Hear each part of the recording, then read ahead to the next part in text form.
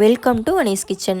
நாம் இன்றைக்கி பார்க்க போகிறது அப்பச்சி அம்மாயியோட 100வது கல்யாணம் தாங்க பார்க்க போகிறோம். எங்கள் அப்பச்சிக்கு 100 வயசுக்கு மேலே ஆயிடுச்சுங்க. 101 வயசு முடிஞ்சு 102வது வயசு நடக்குதுங்க.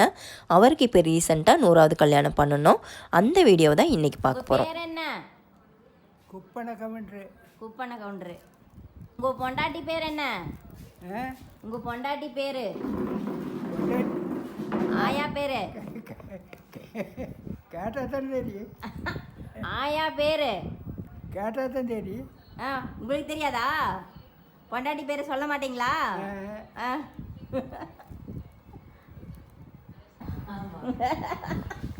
அந்த அளவுக்கு மிரட்டி வச்சிருக்குதா?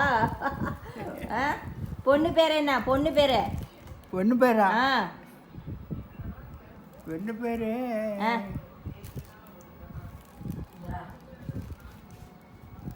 என்ன பேருங்களே? என்ன பேர்? திருச்சியில். திருச்சியில் இருக்குதா? திருச்சியில் இருக்குதா? பார்த்தீங்களா? இந்த பொண்ணுகளை தாலி கட்ட மாட்டேன். தாலி கட்ட மாட்டீங்களா? ஸ்ட்ரைக் பண்ணுறாரு. பழைய பொண்ணா இருக்குது. பொண்ணு பழசு. எதாத்தா இந்த பொண்ணு ஓகேவா? இதெல்லாம் பிடிக்கல. இந்த பொண்ணு பிடிக்கல, இந்த பொண்ணு கழுத்தில் தாலி கட்ட மாட்டேன், திருச்சியில் இருக்க பொண்ணு இப்படின்லாம் ஜோக்காக பேசிகிட்டு இருந்தாருங்க. அதுக்கப்புறம் தான் சொன்னார் இதுதான் பொண்ணு பிள்ளை அப்படின்னு. பொண்ணு பிள்ளை இதான் பொண்ணு பிள்ளையா? பொண்ணு பிள்ளை பேர் என்ன? தெரியாதா? பொண்ணு பிள்ளை பேர் தெரியலையே. பழனியம்மா. பழனியம்மா. அவர் அவ்வளோ சீக்கிரம் பேச வைக்க முடியாதுங்க. அமைதியாக இருப்பார். பேச வச்சுட்டோன்னா எல்லாரும் சிரிக்கிற அளவுக்கு தான் பேசுவார். அந்த அளவுக்கு ஒரு ஜாலியான ஆள் தான். அதே மாதிரி பாட்டியை தவிர வேறு எந்த லேடிஸையும் ஏறெடுத்து பார்க்காத மகா உத்தமர்னு சொல்லலாங்க. அவ்வளோ ஒரு அமைதியான டைப்பு. எந்த வம்பு தும்புக்கும் போக மாட்டார். அவர் உண்டு, அவர் வேலை உண்டுன்னு இருப்பார். அவரோட வேலைகளை அவரே தாங்க செஞ்சுப்பாங்க. நாங்கள் இது வரைக்கும் நாங்கள் செஞ்சு கொடுத்ததே கிடையாது. எல்லா வேலைகளையுமே அவர் தான் செஞ்சுப்பார். தண்ணி காய வைக்கிறதுலேருந்து அந்த தண்ணியை வளவி ஊற்றிக்கிற வரைக்கும் அவரே தான் பண்ணுவார். விறகடுப்பில் தான் காய வைப்பார். காய வச்சு அதை கொண்டு போய் பொறுமையாக எடுத்து பாத்திரத்தில் ஊற்றி அதை கொண்டு போய் வளவி அவரே ஊற்றிப்பாருங்க. எந்த ஹெல்ப்புக்கும் யாரையும் கூப்பிடவும் மாட்டாருங்க. அவரோட வேலைகள் ஃபுல்லாகவே அவர் தான் செஞ்சுக்கணும் அப்படின்னு நினைப்பார். வேணாம் சும்மா இருங்க, நீங்கள் கீழே விழுந்துருவீங்க அப்படின்னு சொன்னாலும் கேட்க மாட்டார். அந்த மாட்டுக்கு தீனி போடுறது, கோழி குஞ்சுக்கு தீனி வைக்கிறது, தண்ணி வைக்கிறது, மாட்டுக்கட்டு தறியை கூட்டி சுத்தம் பண்ணுறது, இதெல்லாம் சும்மா அப்படியே தடி வச்சுக்கிட்டே எல்லா வேலையும் செய்வார். வேணாம் நீங்கள் சும்மா இருங்க, விழுந்துருவீங்க அப்படின்னு சொன்னாலும் கேட்க மாட்டாருங்க. பாருங்கள் மாட்டுக்கட்டு தறியை எப்படி தடி வச்சுக்கிட்டே சுத்தம் பண்ணுறாருன்னு. இது மாதிரி தாங்க ஒன்று ஒன்றா அப்படியே தள்ளி தள்ளி விட்டு சுத்தம் பண்ணுவாருங்க. அவர் சும்மா இருங்கன்னு சொன்னால் அது ரொம்ப ரொம்ப கஷ்டங்க. கிட்டத்தட்ட ஒரு நாளைக்கு ஒரு 2 கிலோமீட்டர் அளவுக்கு நடப்பாருங்க. மாமா வீட்டுக்கும் அவங்க தாத்தா பாட்டி இருக்கிற வீட்டுக்கும் 1 கிலோமீட்டர் டிஸ்டன்ஸ் இருக்குங்க. ஒரு நாளைக்கு 2 டைம் 3 டைம் போயிட்டு வருவாங்க. 2 பேருமே, அம்மாயும் சரி அப்பச்சியும் சரி, 2 பேரும் ஒரு நாளைக்கு கிட்டத்தட்ட ஒரு 2-3 கிலோமீட்டர் நடப்பாங்கன்னு வச்சுக்கோங்களேன். நடக்கிறது அவங்களுக்கு ரொம்ப ரொம்ப விருப்பமான ஒரு விஷயம். தாத்தாவோட 100வது கல்யாணத்தில் எக்கச்சக்கமான கமெண்ட்டுங்க. 5 மில்லியன் வியூஸ் போயிருக்கு.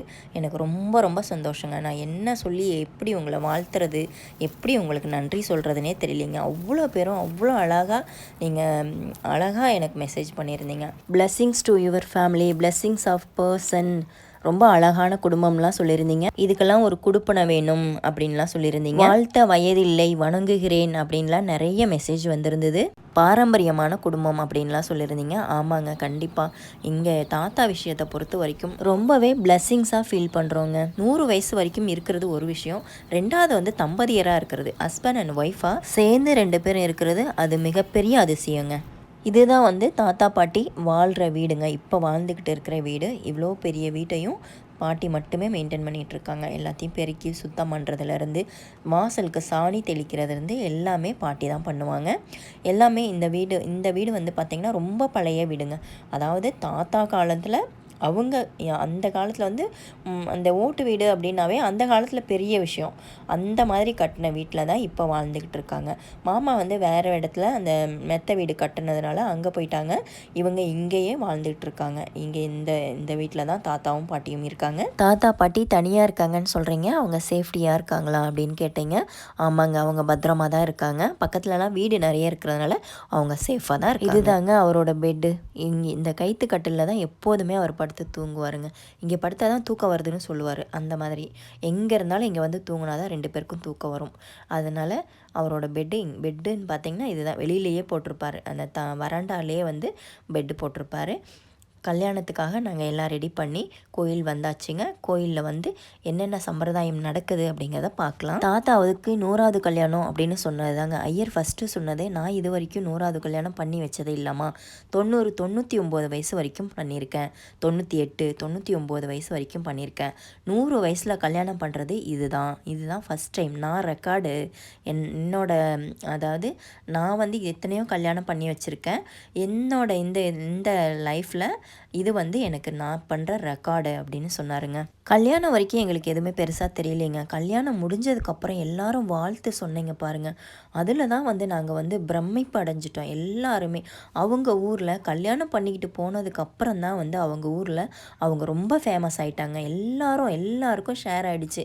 நான் இன்ஸ்டாவில் போட்ட எல்லா வீடியோவும் எல்லாருக்கும் ஷேர் ஆகிடுச்சு. எல்லாருக்கும் போகினதுனால ஏன் என்னை கூப்பிடல, எனக்கு இந்த மாதிரி சொல்லலை அப்படின்னு சொல்லிட்டு நிறைய பேர் கோச்சிக்கிட்டாங்க. நாங்கள் கூப்பிடக்கூடாதுன்னு இல்லைங்க, அங்கே கூட்டிகிட்டு போயிட்டு க்ரௌடை சமாளிக்க முடியாதுங்கிற ஒரே ரீசனுக்காக தான். நாங்கள் வீட்லேயோ சத்திரத்துலேயோ பண்ணியிருந்தால் கண்டிப்பாக இந்த அளவுக்கு சிறப்பாக பண்ணியிருக்கவே முடியாதுங்க. அவ்வளோ சிறப்பாக பண்ணினாங்க.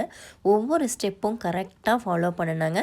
3 hours ஆச்சுங்க நாங்கள் முடிச்சுட்டு வெளியே வர்றதுக்கு. தாத்தா பாட்டி கல்யாணத்தில் குட் பேர், ஜோடி பொருத்தம் சூப்பராக இருக்குது அப்படின்லாம் சொல்லியிருந்தீங்க. இந்த வயசுலேயும் இவ்வளோ ஜோடி பொருத்தத்தை நான் பார்த்ததே இல்லைங்க.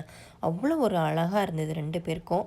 இந்த வயசில் 2 பேரும், அதாவது ஹைட்டும் இல்லை வெயிட்டும் இல்லை, அவங்களோட அந்த கரெக்டான ஏஜ் 2 பேருக்கும் அந்த ஒரு ஈக்குவலான ஒரு பர்சனாலிட்டி தான் இருந்தது. அதே மாதிரி 1000 பிறை கண்ட அபூர்வ மாமனிதன்னு நிறைய பேர் சொல்லியிருந்தீங்க. தாத்தா பாட்டியோட கல்யாணத்துக்கு எவ்வளோ செலவாச்சுன்னு கேட்டிருந்தீங்க. எங்களுக்கு வந்து 1 லட்சம் ரூபாய் வந்து 1.25 லட்சம் ரூபாய் ஆயிடுச்சுங்க. ஏன்னா நாங்கள் 2 கிராமில் தாலி எடுத்தோம். அதுலேருந்து எல்லா சாப்பாட்டு செலவுலேருந்து ஐயருக்கு கொடுத்ததுலேருந்து எல்லாமே சேர்த்து பார்த்தீங்கன்னா 1,40,000 நீங்கள் 2 கிராம் தாலி இல்லாமல் பண்ணிங்கன்னா 1 லட்சம் ரூபாய் முடிச்சிடலாங்க. அருமையாக நம்மளோட மனசு திருப்தியாக பண்ணிடலாம்.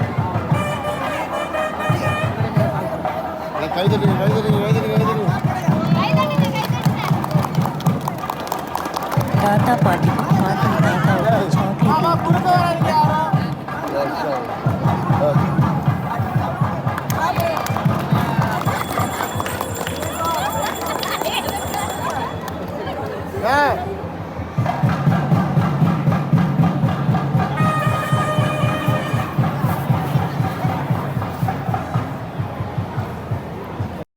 கல்யாணம் முடிஞ்சு பரிவட்டம் கட்டி அந்த சுவாமி படத்தை அவங்கக்கிட்ட கொடுத்தாச்சுங்க. அவரோட சம்பிரதாயம் கரெக்டாக பண்ணி முடிச்சிட்டாரு.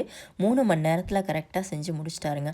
அதுக்கப்புறம் போய் டிஃபன் சாப்பிட்டுட்டு வந்ததுக்கப்புறம் தான் சாமி தரிசனம் பண்ணணும். பொண்ணு மாப்பிள்ளையாக கூட்டிகிட்டு போய் ஒவ்வொரு சாமிக்கிட்டையும் ஆரத்தி காமிச்சு வெளியே கூப்பிட்டு வந்து விட்டுட்டாங்க. கரெக்டாக பண்ணி முடிச்சிட்டாங்க. அதுக்கப்புறம் நாங்கள் திருப்தியாக சாமி கும்பிட்டுட்டு வெளியே வந்துட்டோங்க. எந்த ஒரு பிரச்சனையும் இல்லாமல் அழகாக நாங்கள், அதாவது கோயிலில் வச்சு பண்ணினதுன்னு ரொம்பவே மனசு திருப்தியாக இருந்ததுங்க.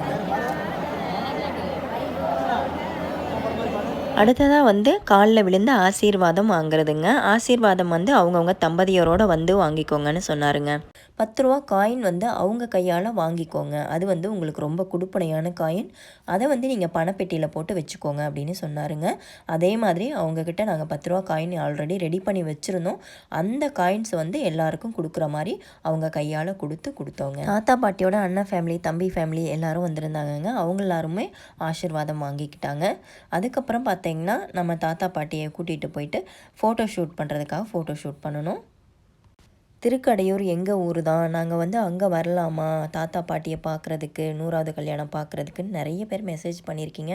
ஆனால் நான் பார்க்க முடியலைங்க. ஏன்னா வேலை இருந்ததுனால நான் கல்யாணத்துக்கு போனதுக்கப்புறம் நான் ஃபோனே எடுக்கலை. அதனால் வந்து பார்க்க முடியல. லேட்டாக தான் நான் நிறைய பேரோட மெசேஜ் லேட்டாக தான் நான் படித்தேன். 2-3 வீடியோவில் இருந்து கேட்டிருந்தாங்க. அந்த வீடியோவில் இருந்து கேட்டதே எனக்கு ரொம்ப ரொம்ப ப்ரௌடாக ஃபீல் பண்ணினேன்.